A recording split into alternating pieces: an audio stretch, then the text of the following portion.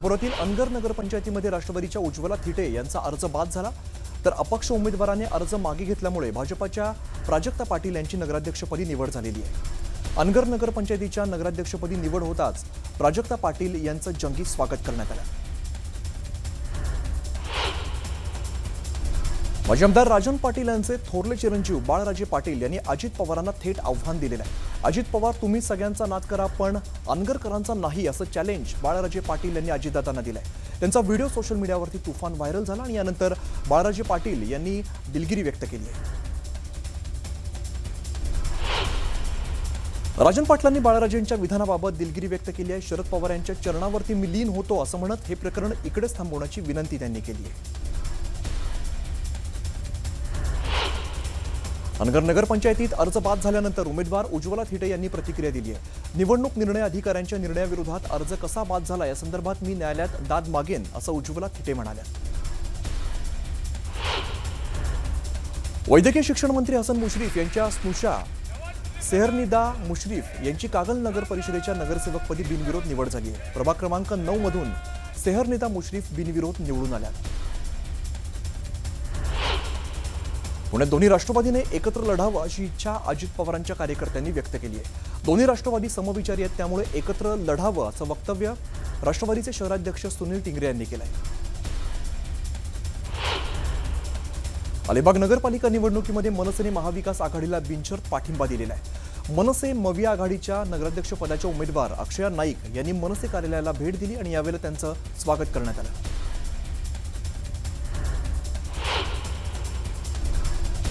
लोहा नगर परिषदेमध्ये भाजपाकडून गजानन सूर्यवंशी यांना नगराध्यक्ष पदाची उमेदवारी देण्यात आली, तर सूर्यवंशी कुटुंबातील एकूण 6 जणांना उमेदवारी देण्यात आलेली आहे। यावरून भाजपाला उमेदवार मिळत नसल्याने एकाच कुटुंबामध्ये उमेदवारी दिल्याचा आरोप विरोधकांनी केलाय।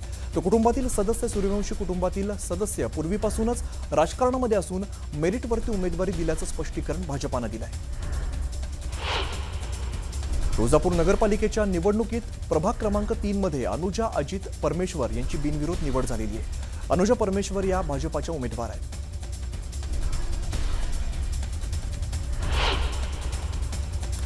आणि एक महत्त्वाची घडामोड आपण बघूया। महायुतीमध्ये नाराजी नाट्यात एकनाथ शिंदेंची दिल्लीवारी बघायला मिळते। शिंदे आणि अमित शहांची तब्बल 50 मिनिटं चर्चा झाल्याची माहिती समोर येते।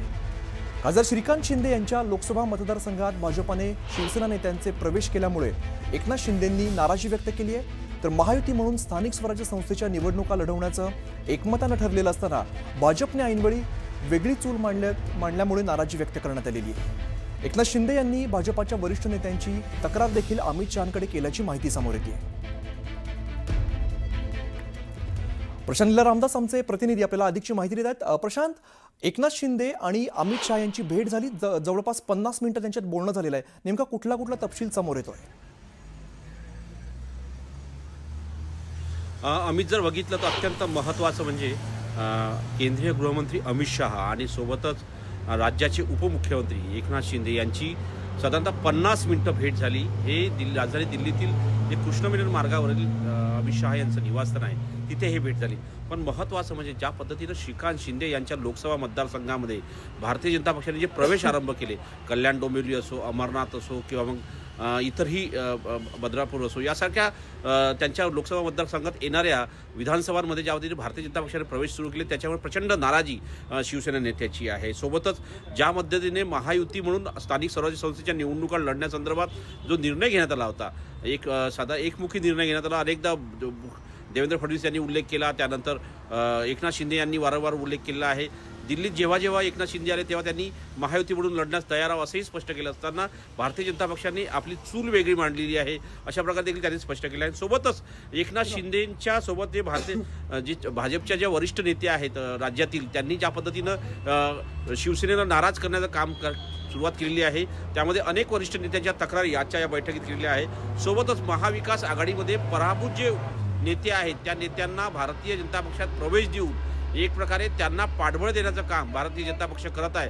त्यामुळे असं म्हणावं लागेल की या नाराजी नाट्य आता एकदम दिल्ली दरबारी दाखल झालेलं आहे आणि या दिल्ली दरबाराच्या नाट्य दाखल झाल्यानंतर आता काय परिणाम होतात राज्याच्या राजकारणावरती हे देखील पाहणं महत्त्वाचं असेल. अमित. प्रशांत, खरं तर एका वरिष्ठ नेत्याची तक्रार केल्याचं देखील अमित शहांकडे तक्रार केल्याचं सुद्धा समजतंय. राजकीय वर्तुळात नेमकी काय चर्चा आहे?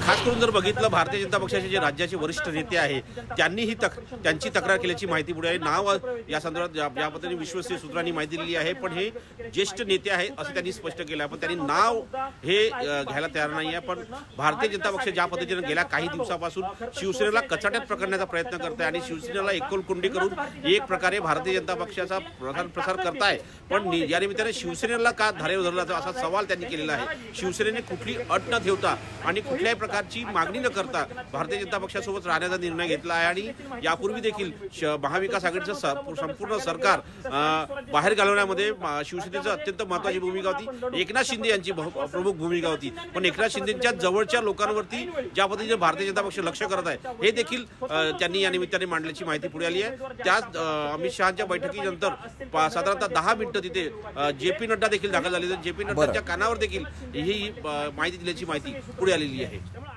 प्रशांत, धन्यवाद या सगळ्या सविस्तर माहितीसाठी. बुलेटिनमध्ये आता घेऊया बातम्यांचा वेगवान आढावा. तुळजापूरमधून नगराध्यक्षपदासाठी गगनगिरी महाराज भाजपाकडून इच्छुक होते, मात्र त्यांना डावलून पिंटू गंगणे यांना उमेदवारी दिल्याचा आरोप करण्यात आलेला आहे. तुळजापूर ड्रग्ज प्रकरणातील आरोपी विनोद गंगणेला भाजपाकडून नगराध्यक्षपदाची उमेदवारी देण्यात आली आहे. भाजप आमदार राणा जगजितसिंह पाटील पक्षश्रेष्ठींचा आदेश डावलून उमेदवारी दिल्यामुळे राजकीय वर्तुळात चर्चेला उधाण आलंय.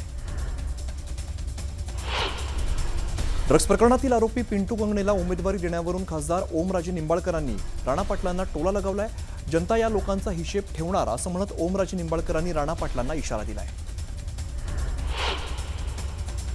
वाशिम जिल्ह्यातील 4 नगर परिषद आणि एका नगरपंचायतीच्या निवडणुकीत कोर कमिटीमध्ये सदस्य असलेल्या भाजपाच्या जिल्हा सरचिटणीस संगीता इंगोले यांना उमेदवारी नाकारल्यामुळे त्यांनी नाराजी व्यक्त केली आणि अनेक निष्ठावंत नाराज असल्याचं संगीता इंगोलेंनी म्हटलंय.